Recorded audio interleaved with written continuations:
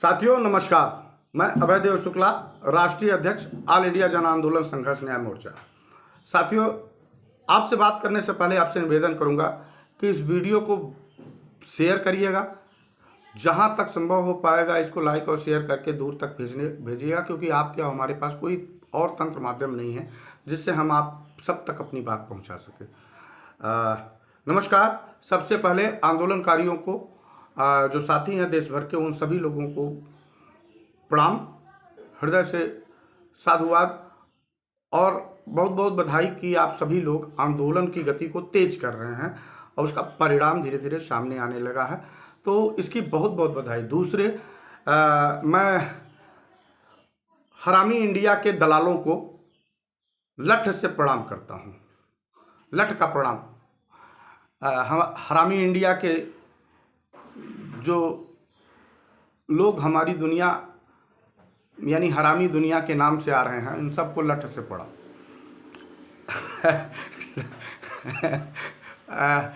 आप हरामी दुनिया गजब का नाम है। हमारी दुनिया, हरामी दुनिया। ये हरामी दुनिया वाले भी बड़े हरामी हैं, नया नया हरामीपन कर रहे हैं। देश के लोग, देश के निवेशक सड़कों पे हैं, बहुत सारे लोग परेशान हैं और बहुत सारी आत्महत्याएं हो रही हैं। देश की सरकार, सहारा प्रबंधन तंत्र, न्यायिक न्याय प्रणाली और भ्रष्ट मीडिया तंत्र, इन्होंने अपने जुबान पे ताले लगा लिए हैं। इनकी ज़मीर मर गई है। इनका जो भारत के संविधान में, संवैधानिक व्यवस्था के अनुरूप जो देश भर के लोगों को, पीड़ित लोगों को न्याय मिलता है, उन लोगों के न्याय के ऊपर एक मोटी परत डाल दिया है इन लोगों ने। हम आपसे बात करें 20 तारीख के घटनाक्रम से, जो पटना के घटनाक्रम को बेसब्री से लोग इंतजार कर रहे थे हाई कोर्ट का। उस हाई कोर्ट में मैं पटना हाई कोर्ट को इस नाते साधुवाद दूंगा कि उन्होंने 7 दिन में उनसे ये जवाब मांगा है कि बिहार के निवेशकों का पैसा कैसे वापस करेंगे। इसको आप 7 दिन के अंदर अपना पक्ष रखें, अन्यथा आपके खिलाफ विधिक कार्रवाई करने के लिए बाध्य हो जाएंगे। तो मैं पटना हाई कोर्ट के सभी जजों को हृदय से आभार करता हूं। ऑल इंडिया जन आंदोलन संघर्ष न्याय मोर्चा के सभी पदाधिकारी उनका हृदय से आभार व्यक्त करते हैं कि उन्होंने हमारे निवेशकों के बारे में और हितों के बारे में ध्यान रखा। लेकिन सरकार से हम लोगों को बेहद उदासीनता हो रही है। सरकार और जनप्रतिनिधि, उसमें काम करने वाले सरकारी तंत्र को, जो न्यायिक व्यवस्था को में अपनी सहयोगी भूमिका अदा करते हैं और वो कार्यपालिका के महत्वपूर्ण अंग होते हैं, विधायिका का और कार्यपालिका के, वो देश के और प्रदेशों के जो निवेशक हैं, जो एजेंट साथी हैं, उनके साथ अन्याय कर रहे हैं।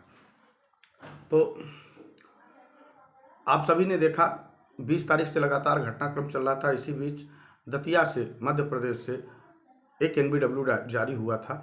उसके क्रम में सुब्रत राय को गिरफ्तार करने उनके शहर लखनऊ, मध्य प्रदेश की पुलिस अपने लाव लश्कर के साथ पहुंची थी और उन्होंने उत्तर प्रदेश के स्थानीय थाने, जो वहाँ उसका थाना पड़ता है, उनके लोगों के साथ उनके आवास पे गई थी, उनको खोज रही थी। बड़ी अजीब विडंबना है, जिसको सुप्रीम कोर्ट ने 4 सुरक्षाकर्मी प्रदान किए हों और वो पेरोल पे हो। ये नाटक गजब का देश के लोगों के साथ मूर्ख बनाया जा रहा है। और आते हों और उनको खोज नहीं पाती हो पुलिस, और वो बैरंग वापस लौट जाती हो NBW के बाद। तो आप समझ सकते हैं कि इस देश में सरकारें किस तरह काम कर रही हैं और देश में प्रशासन किस तरह से अपनी जिम्मेदारियों का निर्वहन कर रहा है। अगर यही घटनाक्रम किसी एक आम कार्यकर्ताओं के द्वारा होता या किसी भारतीय मानवीय जीवन में, सामान्य जनजीवन में रहने वाले लोगों के साथ होता, तो पुलिस किसी NBW का इंतजार नहीं करती। एक मात्र प्राथमिकी दर्ज होने पे या एप्लीकेशन मूव करने पे कभी कभी पुलिस उनके घर पे रात को 2 बजे छापा डाल देती है और उनके परिवार तक को प्रताड़ित करती है और उनको बिना किसी कारण और नोटिस बताए उनको ले जाके थाने में बंद कर देती है और उत्पीड़न करती है। लेकिन सुब्रत राय के ऊपर पूरे देश में 3-3.5 हज़ार से ज़्यादा मुकदमे हैं। उत्तर प्रदेश में सहित मध्य प्रदेश, राजस्थान, छत्तीसगढ़, बिहार जैसे तमाम राज्यों में मुकदमे दर्ज होने के बाद दतिया की पुलिस एनबीडब्ल्यू के आदेश के क्रम में वो उनको गिरफ्तार करने आई और गिरफ्तार में सुब्रत राय को खोज नहीं पाई। सुब्रत राय कहाँ हैं, किस बिल में हैं, ये उत्तर प्रदेश का प्रशासन व्यवस्था बताए कि क्या उत्तर प्रदेश में सुब्रत राय हैं भी कि नहीं है, और अगर हैं तो इतने बड़े अपराधी को उत्तर प्रदेश की सरकार ने छुपा के क्यों रखा है। भारत की सरकार देश भर के निवेशकों का पैसा उस सुब्रत राय और उसकी ठग मंडली ने सुनियोजित तरीके से हड़पने की कोशिश कर रहा है वो आदमी, और कई गलतियां उसके सामने आ रही हैं। उसके बावजूद भी 3,500 FIR देश के विभिन्न हिस्सों से हुए हैं। इतने गंभीर मामले में भारत सरकार क्यों चुप है? क्या भारत सरकार और सुब्रत राय के बीच कुछ साठगांठ हो गया है? और क्या सुब्रत राय के ऊपर हाथ डालने की हिम्मत और जरूरत क्या भारत की सरकार के ऊपर और उत्तर प्रदेश सरकार से मध्य प्रदेश की सरकार के ऊपर नहीं हो रहा है, या देश से बड़ा हो गया है, या प्रदेश से बड़ा हो गया है, संवैधानिक व्यवस्था से बड़ा हो गया है, जो देश के गरीब निवेशकों का पैसा हड़प के बैठा है और ना जाने कितने लोगों की जानें ले चुका है। इनके ऊपर 302 का मुकदमा दर्ज होना चाहिए, साजिश का मुकदमा दर्ज होना चाहिए, और ना जाने कितने लोगों की आहें वे ले रहा है। प्रशासन का ध्यान उसकी तरफ जा तो रहा है, सब कुछ देखने के बाद मूक दर्शक बनी अनजान होकर बैठी हुई है। कहीं उनके बीच में रुपए का बड़ा खेला तो नहीं हो रहा है, क्योंकि सुब्रत राय के लिए कुछ भी असंभव नहीं है। करोड़ों अरबों ट्रिलियन डॉलर के रूप में देश के निवेशकों का उनके पास है, जिसको वो पानी की तरह उड़ा रहे हैं, बहा रहे हैं, हवा में उड़ाने का काम कर रहे हैं। कभी जब आवश्यकता लगती है तो सुप्रीम कोर्ट में वो पैसा उड़ा देते हैं, कभी जब मौका लगता है तो हाई कोर्ट में वो पैसा उड़ा देते हैं, कभी वो मौका लगता है तो उत्तर प्रदेश सहित राज्य के विभिन्न राज्यों में वो पैसा उड़ा के अपने आप को सिर्फ एक व्यक्ति को बचाने के लिए देश के करोड़ों लोगों के निवेशकों का पैसा वो पानी की तरह बहा रहे हैं। इश्तेहार पे इश्तेहार दे रहे थे, बड़ी बेसब्री से देश भर के लोग इंतजार कर रहे थे कि सुब्रत राय का एक इश्तेहार आ रहा है। इश्तेहार वो भी फर्जी तरीके से, ना किसी का दस्तखत, ना किसी का मुहर, और ना कोई उनका लोगो।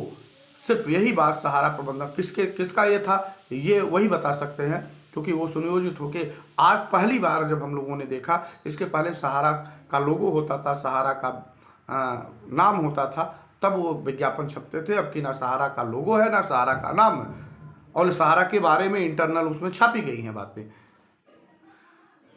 और बार बार वही एम्बार्गो का हवाला दे रहे हैं। या तो देश की सुप्रीम कोर्ट की व्यवस्था के कागजात झूठ बोल रहे हैं, या तो देश के प्रबंधन तंत्र में बैठे सहारा सुब्रत राय के लोग झूठ बोल रहे हैं।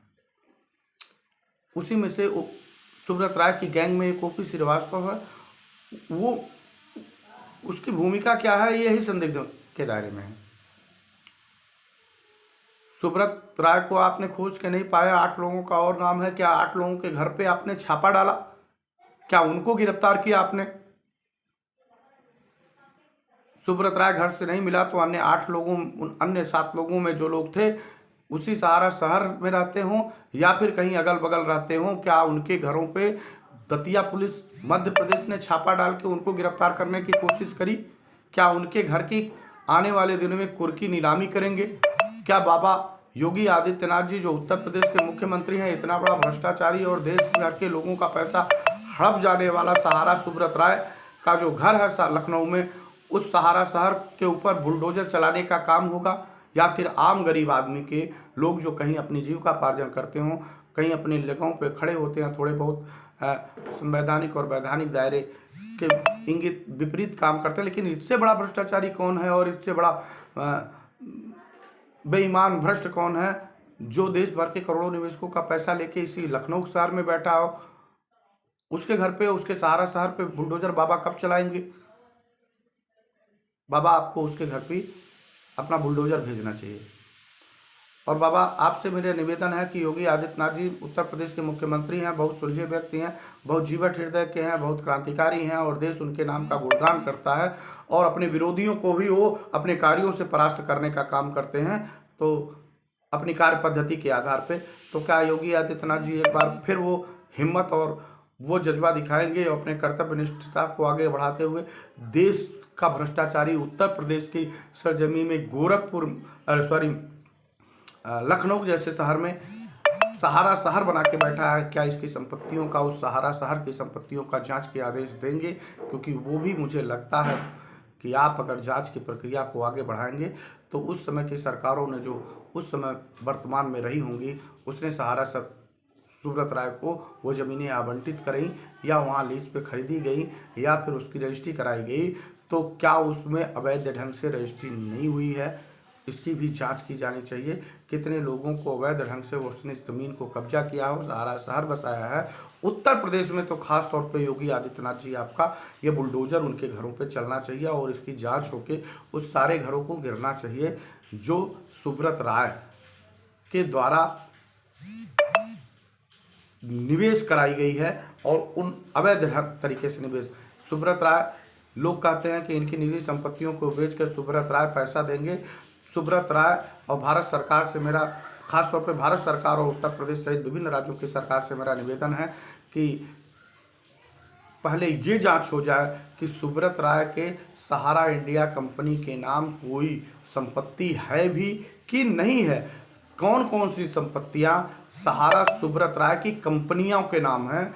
हमको तो लगता है कि जितनी देश भर में उन्होंने प्रॉपर्टीज खड़ी की हैं, सुब्रत राय ने एक सुनियोजित चाल के तहत की है और वो अपने किसी भी कंपनी के नाम कोई ज़मीनें अधिग्रहण नहीं किए हैं या ज़मीन कोई खरीद फरोख्त नहीं की है। वो विभिन्न नामों से है जिसको वो धीरे धीरे करके बेचने का भी काम कर रहे हैं और लोगों को पता भी नहीं लग पा रहा है और वो संपत्तियों को बेचने के लिए बहाने बना रहे हैं कि हमको संपत्ति बेचने के लिए इजाज़त दी जाए।